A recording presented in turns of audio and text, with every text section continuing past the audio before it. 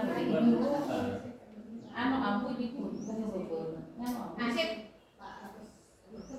Kita ada apa kemudimu? Ada di sini. Dia cukup lama. Lima. Kok masuk angin kan? Apa itu potong?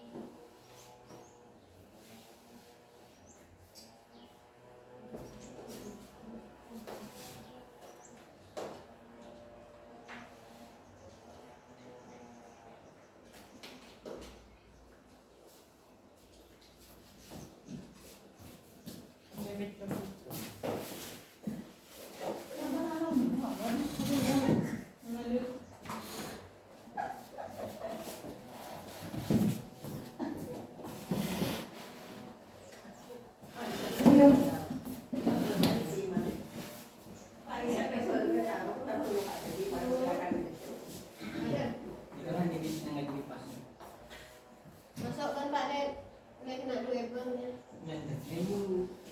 Apa deki? Buya sih. Paling terus akhir. Jelas nak. Jadi paling nyaman. Ada kena proyektor. Ibu aku lu beli pun semak tu pipa. Mungkin deki risan sesuatu. Pak ni nyambut dan.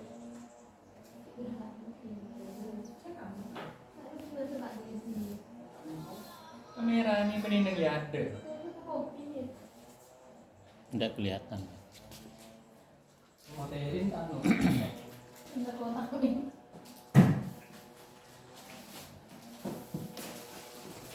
Kue cuma ini merusak pemandangan.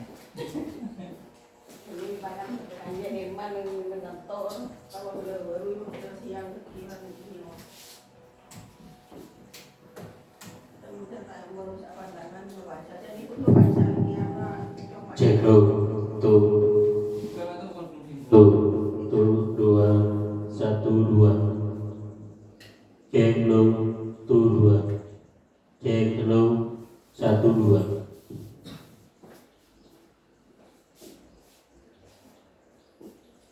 Baik, kita mulai. Bismillahirrahmanirrahim. Assalamualaikum warahmatullahi wabarakatuh.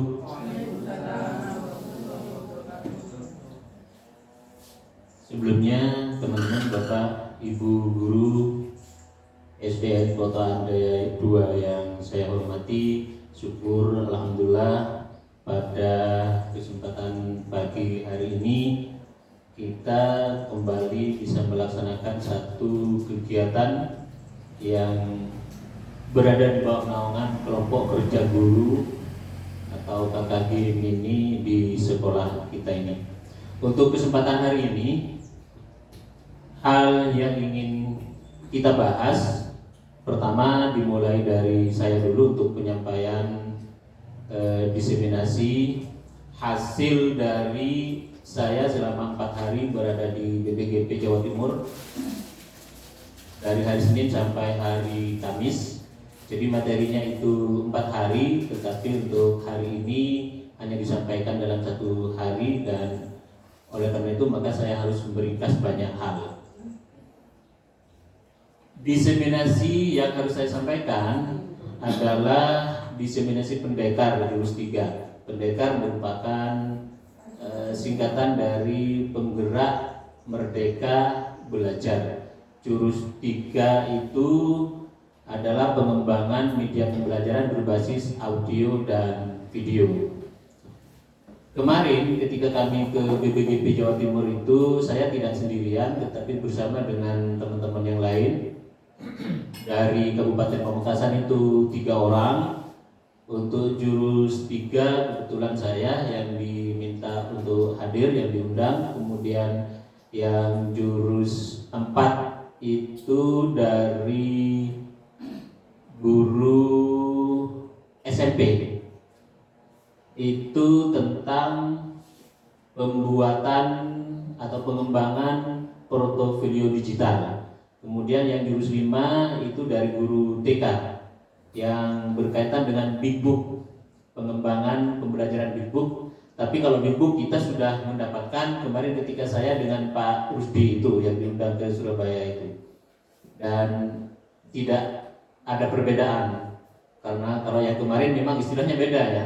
Yang kemarin istilahnya pengembangan dan penguatan serta transformasi pembelajaran. Tetapi yang kemarin Big Book, tapi isinya sama-sama tentang bagaimana kita bisa meningkatkan kemampuan literasi membaca murid dengan cara pengembangan buku cerita itu. Nah, untuk yang saya hari ini adalah pengembangan media pembelajaran berbasis audio dan video.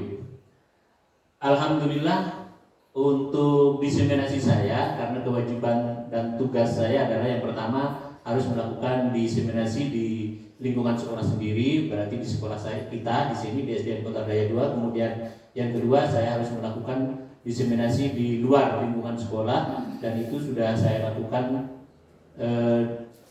yang kemarin secara luring, yang malam kemarin itu di komunitas guru penggerak Kabupaten Pamekasan.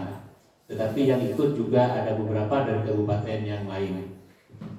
Kemudian insya Allah tanggal 23 hari Sabtu yang akan datang saya di Kemenak Kabupaten Pamekasan. Nah, untuk hari ini Bapak Ibu, sebelumnya saya memulai dengan penyampaian ini dulu.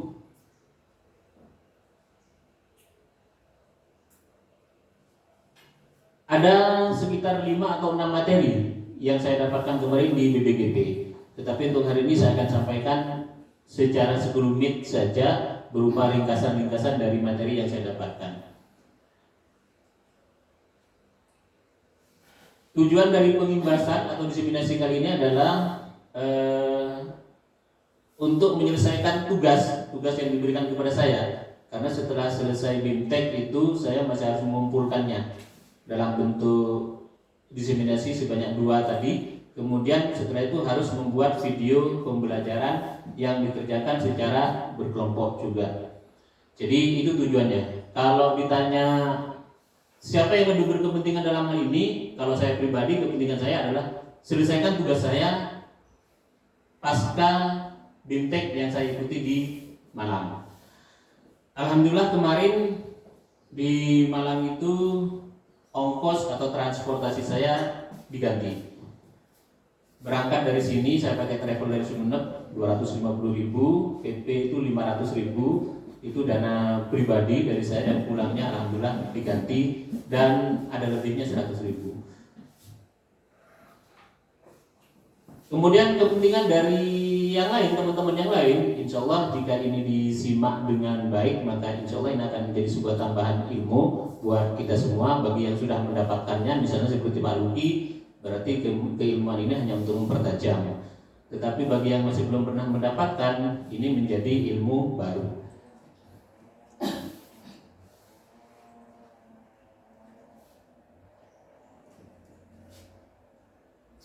Setelah diseminasi hari ini, hal yang harus kita dapatkan atau yang bisa kita pahami nanti adalah yang pertama tentang analisis kebutuhan. Analisis kebutuhan apa?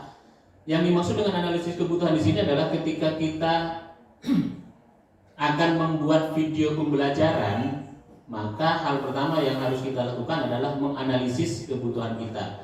Jadi dalam hal analisis kebutuhan ini berarti kita akan membedah RPP kita atau modul kita. Intinya, endingnya di akhir ketika kita melakukan analisis kebutuhan itu adalah sebuah pertanyaan, yaitu apakah perlu saya membuatkan media pembelajaran terhadap materi ini dalam RPP ini? Itu endingnya. Jika kemudian dianggap tidak perlu, maka tidak usah membuatkan media pembelajarannya. Tetapi ketika dianggap perlu, maka kita bisa membuatkan media pembelajarannya berupa audio dan videonya. Contoh misalnya, dalam hal analisis RPP 1, misalnya RPP 1 di kalau saya karena masih di tema 4, materinya misalnya tentang yang saya sempat analisis adalah penjelasan bagaimana batik Indonesia itu bisa menjadi warisan budaya dunia. Saya menjelaskan secara konvensional dulu. Di akhir saya memberikan evaluasi kepada siswa saya. Ternyata dari sekian siswa misalnya KKN-nya tidak tercapai. Lalu saya lakukan analisa apa ini menjadi penyebabnya. Karena misalnya salah satunya adalah kekurangan media. Siswa tidak tertarik dengan teknik ceramah yang saya sampaikan, metode ceramah yang saya sampaikan. Oh, kalau begitu berarti saya perlu membuat sesuatu media yang bisa membuat siswa tertarik untuk belajar, maka saya buatkan video pembelajarannya. Itu berarti kesimpulan saya sudah perlu untuk membuat. Jadi analisis kebutuhan endingnya adalah di situ. Lalu yang kedua, yang akan kita kerjakan setelah kita melakukan sebuah analisis kebutuhan adalah membuat rancangan pengembangan bahan belajarnya. Ketika kita sudah berencana untuk membuat video pembelajaran, maka bahan belajarnya apa nanti akan kita masukkan ke dalam video pembelajaran tersebut. Jadi kita buatkan rancangannya berangkat dari hasil analisis tadi. Karena di analisis kita kan di RPP atau di modul kita kan ada materi-materinya, ada CP, ATP-nya, kemudian CP, TP dan ATP-nya. Kemudian kalau misalnya di kurikulum 2013 itu ada KIKD, kemudian tujuan pembelajarannya. Nah, dari situ kita berangkat untuk membuat rancangan pengembangan bahan belajarnya. Lalu yang ketiga, setelah kita selesai membuat RPBB, yang kita lakukan adalah kita membuat GBIM-nya, garis besar isi media. Dalam media pembelajaran berupa video audio itu yang akan kita masukkan di dalamnya nanti tentang apa. Contoh tadi yang saya sebutkan hasil analisis saya adalah tentang batik gitu ya. Maka dari batik tersebut apa saja yang akan saya isikan nanti dalam video pembelajaran itu? Saya isi tentang macam-macam batik, kemudian alat dan bahannya, lalu proses pembuatannya. Itu contoh. Lalu yang keempat, setelah selesai kita membuat GBIM, yang harus kita lakukan adalah membuat jabaran materi. Jadi lebih detail lagi. Kalau tadi di GBIM yang kita buat adalah pokok-pokoknya, di jabaran materi itu kita jelaskan. Di macam-macam batik itu nanti kita akan buat apa sih macam-macam batiknya, batik jumputan, batik cap, batik tulis dan sebagainya. Begitu juga dengan alat dan bahannya dan seterusnya. Itu harus kita jabarkan dalam jabaran materi, bahkan dilengkapi dengan gambar-gambar. Dan yang terakhir, yang kelima adalah kita membuat naskahnya. Apa kalau di pembuatan film itu sudah ya naskah itu ya, sudah ke skenario-nya. Jadi yang harus dialog yang harus dihafal oleh artisnya, alur yang harus dipegang oleh sutradaranya, itu di mana syutingnya akan dilakukan, pada jam berapa. Itu naskah. Jadi sudah betul-betul detail kalau di naskah ini. Saya yakin sebenarnya kalau teman-teman, misalnya di Pak Luki gitu ya, Pak Luki sudah beberapa videonya sempat saya buka, ada sebenarnya yang sangat-sangat bagus untuk dilanjutkan menjadi sebuah video pembelajaran.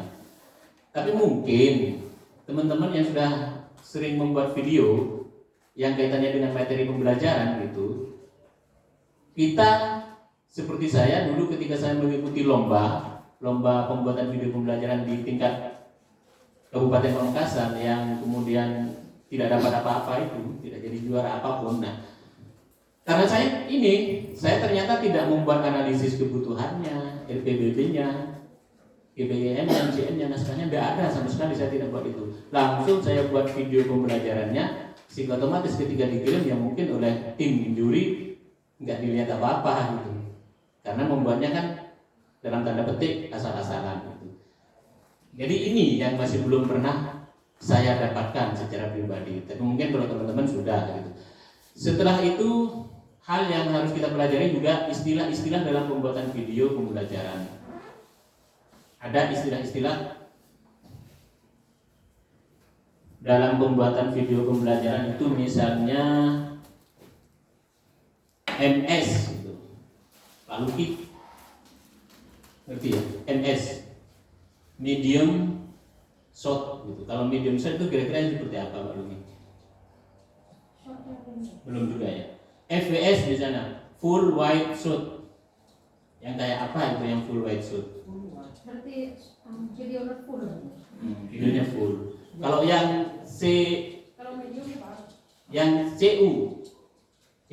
CUS close up shot. Foto berapa? Kemudian ada yang extreme close up. Nah, istilah-istilah seperti itu yang kalau kita sih mungkin kita tidak akan menjadi sutradara film kan, tidak akan jadi sutradara film. Kalau seorang sutradara itu harus paham istilah-istilah seperti itu, karena pembuat naskah sudah menggunakan istilah-istilah seperti itu. Kemudian di sutradaranya harus memahami itu. Kalau enggak, ya bagaimana dia akan melakukan syuting. Begitu juga dengan kru yang lain, kameramen dan sebagainya, juga harus paham tentang itu. Nah, kemarin ketika saya di BBGP itu, saya dibentuk kelompok sebanyak 5 orang dan ditugaskan di sana harus menghasilkan satu buah video pembelajaran. Dan alhamdulillah di sana saya di bagian pengkaji materi, kemudian di sana juga saya sebagai sutradara ketika di pengambilan gambarnya. Saya lanjutkan dulu, setelah itu saya bagikan contoh. Untuk penyampaian materi yang akan saya sampaikan hari ini adalah saya sampaikan yang naskah saja, yang naskah. Untuk yang dari awal itu analisis saya bagikan dalam bentuk materinya, materi jadi, sehingga teman-teman mungkin bisa membaca sendiri gitu. Kalau nanti ada waktu, oke, kita bedah juga. Saya lebih ke naskah.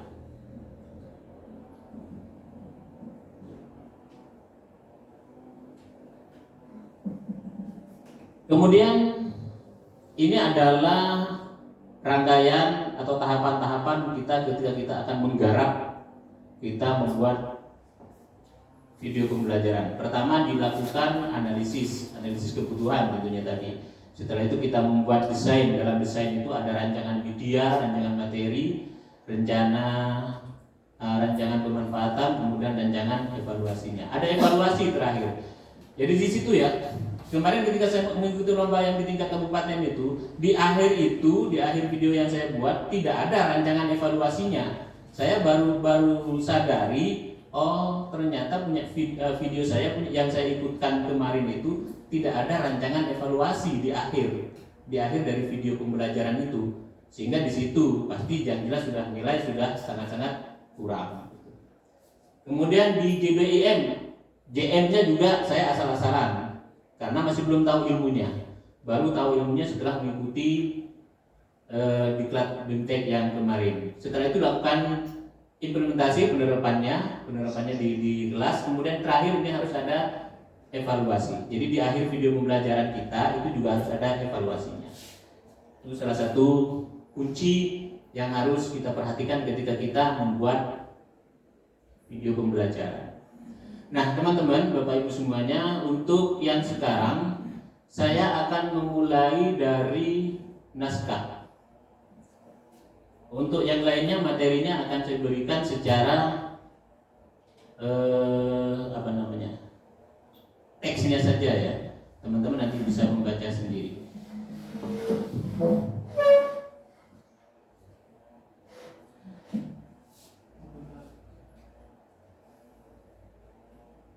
Kok tidak jalan ini juga?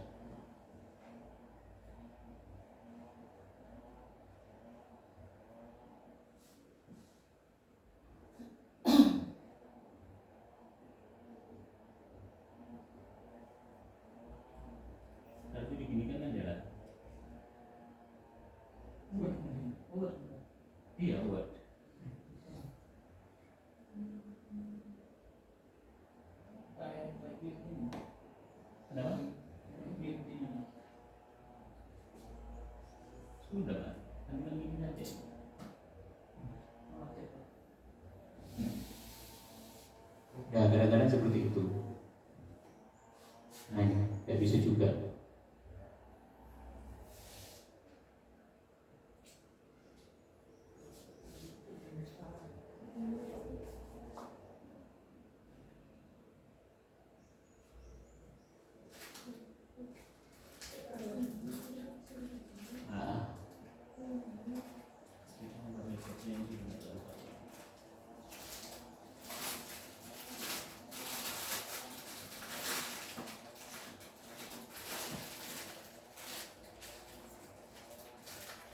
Nah, masalah apa di Pak Budi? Kok bisa laptopnya nggak mau jalan kayak gini?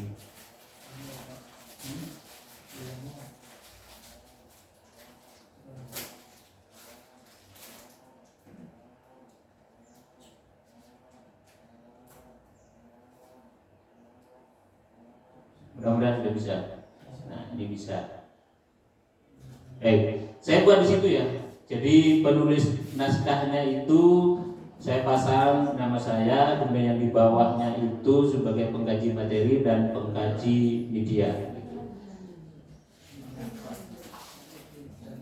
Ini hanya covernya saja untuk naskah. Isinya juga ada lembar pengesahan di mana yang menandatangani adalah kepala sekolah. Nah, sekarang ke identifikasi program. Identifikasi program ini hampir sama dengan analisis kebutuhan. Kategorinya adalah video pembelajaran. Kemudian sasarannya, kalau di Kurmer itu kan sudah pakai fase gitu. Karena saya pasang kelas 6 berarti fase C, betul ya? Fase C itu kelas 6. Kemudian mata pelajarannya SBDP karena berkaitan dengan batik. Kemudian judulnya, judul video pembelajarannya itu harus dipasang. Estimasi waktu yang akan digunakan ketika kita membuat videonya, maka itu juga harus dipasang. Punya saya di sini sekitar 5 sampai 5 menit 30 detik, tetapi faktanya ternyata 5 menit 43 detik setelah selesai dikombinasikan. Format sajian, barangkali ini yang perlu saya sampaikan. Format sajian di sini tertulis presenter, berarti nanti dalam video pembelajaran itu ada seorang presenter yang harus tampil. Kemudian ada dialogis berarti ada aktor, ada. Kalau dalam video pembelajaran tidak diistilahkan aktor. Kalau aktor itu di film-film di televisi itu sudah artis itu. Tapi kalau di video pembelajaran istilahnya adalah talent. TALENT, talent. Jadi ada aktor di sini, dialogis, visual ya sudah pasti karena berbentuk video gitu ya. Kemudian naratif berarti ada narasi. Narasi di sini maksudnya ada video yang dibuat berjalan. Kemudian ada suara yang mengisi, dubbing, isi suara, dan itu kalau kebetulan yang video yang saya buat itu diisi oleh presenternya. Jadi itu namanya narasi gitu. Berarti harus ada audio, harus ada suara ketika video itu dijalankan. Ada istilah-istilah lain dalam format sajian di sini, tidak berarti harus seperti ini, seperti yang saya buat. Kalau memang tidak ada dialog di sana, maka tidak perlu ditulis.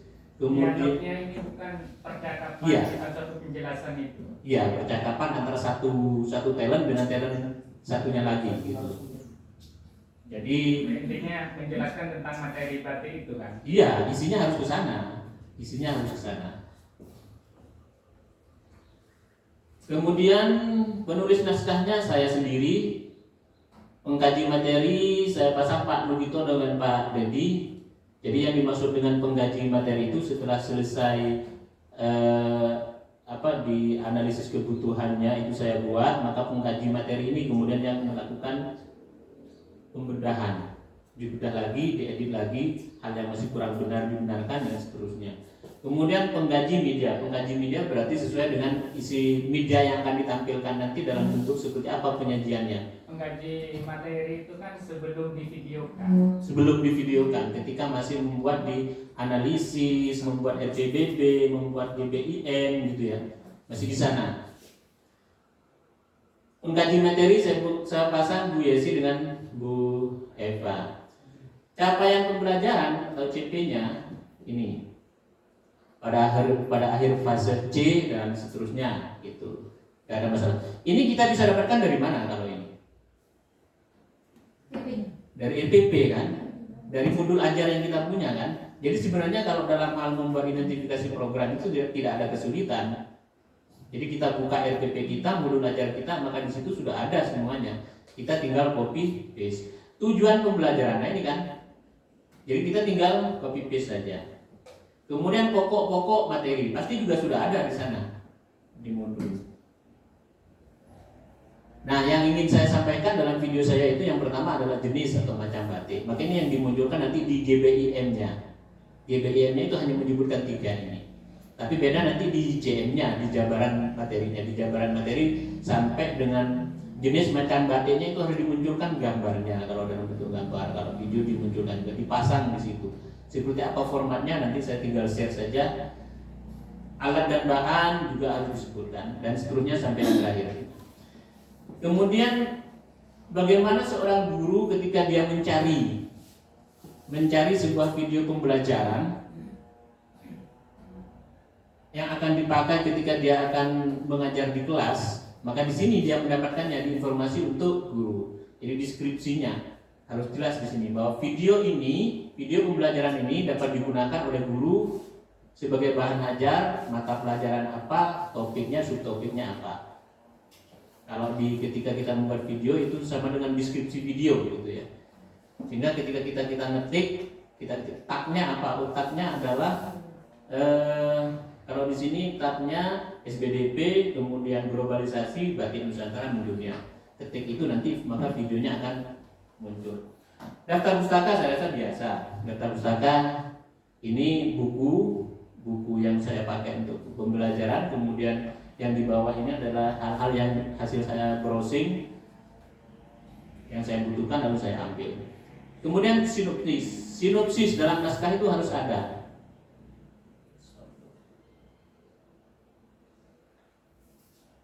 Apa yang kita isikan dalam sinopsis itu hanya dua hal saja. Yang pertama adalah video pembelajaran Anda itu berisi tentang apa saja. Berarti kaitannya dengan pokok materi tadi kan. Kemudian yang kedua, pokok materi tadi, isi dari video Anda itu akan Anda sajikan dalam bentuk seperti apa. Jadi dua hal itu saja yang diisikan atau yang dipasang dalam sinopsis. Makanya sinopsis itu bisa hanya 1 paragraf, tidak perlu sampai 2 paragraf, apalagi 1 halaman. Saya ulangi, hal penting dalam sinopsis, video pembelajaran Anda menyajikan apa saja. Lalu yang kedua, akan disajikan dengan teknik seperti apa. Jadi di sini program ini membahas globalisasi batik Nusantara mendunia. Jenis materinya ini macam batik, gitu ya, proses pembuatan batik, alat dan bahannya. Kemudian akan disajikan dengan menggunakan format saja talking head. Talking head itu maksudnya ada presenter yang kemudian pada kalanya tertentu dia tampil berbicara sebagai seorang presenter biasanya, pada kalanya dia tampil hanya sebagai narator saja, muncul gambar atau video yang jalan, tapi suaranya presenter ada, dimunculkan juga. Itu namanya talking head gitu. Jadi oleh presenter disertai dengan visual. Visual artinya presenternya tampil, kelihatan dalam video itu. Kemudian dengan narasi.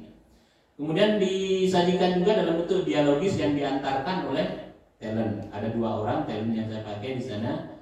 Di akhir tayangan diberikan pertanyaan reflektif. Nah ini yang katanya saya tadi punya saya kemarin ketika saya ikut lomba, tidak ada evaluasinya dalam video pembelajaran saya itu.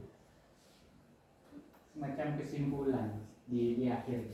Boleh diisi kesimpulan, bisa juga pertanyaan-pertanyaan refleksi kepada audiennya itu.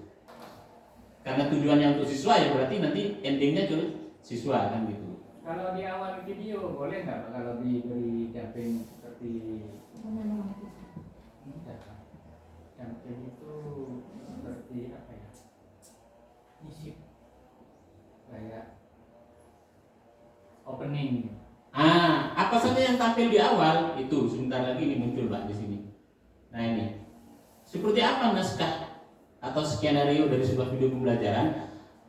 Ini yang ditanyakan oleh Pak Dedi barusan. Ada sekuen pembuka. Sekuen itu adalah kumpulan dari beberapa scene kumpulan dari beberapa take atau shot. Jadi scene itu adalah kumpulan shot-shot gitu. Beberapa kali kita ngambil take-nya, syutingnya itu namanya shot. Satu kali take berarti shot gitu. Nah, shot dikumpulkan menjadi scene namanya. Diistilahkan scene. Biasanya kemudian setiap satu kali scene itu kalau di pembuatan video dijeda dengan transisi gitu ya, transition. Nah, kumpulan dari scene-scene itu yang kemudian disebut dengan sequence gitu. Di sequence pembuka di openingnya saya memasang logo Dinas P dan K Kabupaten Pamekasan. Terserah teman-teman nanti disesuaikan untuk pembukanya. Kalau yang saya buat di BBGP kemarin, pembuka saya menggunakan BBGP Jawa Timur karena kebetulan kan tugasnya di sana. Gitu. Disesuaikan saja. Kalau permintaan dari GBBP kemarin, posisi dari logo Dinas P dan K, posisi dari GBBP itu setelah dia ditampilkan kan dibuat bergerak. Kemudian akhirnya endingnya dia akan bergerak ke arah pojok kiri atas.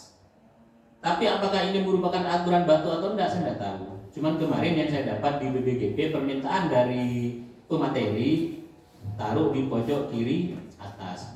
Tapi bisa jadi saja mungkin teman-teman menemukan di pojok kiri kanan atau di bawah atau bagaimana. Sebenarnya kalau masalah letak logo itu tidak baku, Pak. Tidak baku ya? Pada umumnya lembaga yang tertinggi biasanya berada di sebelah kiri. Ya, semakin Biasanya. penting, semakin tinggi Ya. gitu ada di kiri, gitu, semakin di kiri. Ya. Jadi saya menempatkan hasil karya saya di logo Dinas P dan K itu di pojok kiri atas. Kemudian yang kedua di sequence pembuka itu ada teaser opening. Teaser opening itu adalah kita menampilkan gambar atau kita menampilkan tulisan yang dibuat bergerak gitu, yang dibuat bergerak. Jadi misalnya kayak ya seperti logo Dinas P dan K itu kan ada gambar dulu, Pemkab, kemudian ada tulisan Dinas P dan K Kabupaten Pamekasan. Tetapi itu saya buat bergerak gitu. Dibuatkan animasinya. Kemudian dia lari ke pojok kiri atas. Itu namanya teaser opening.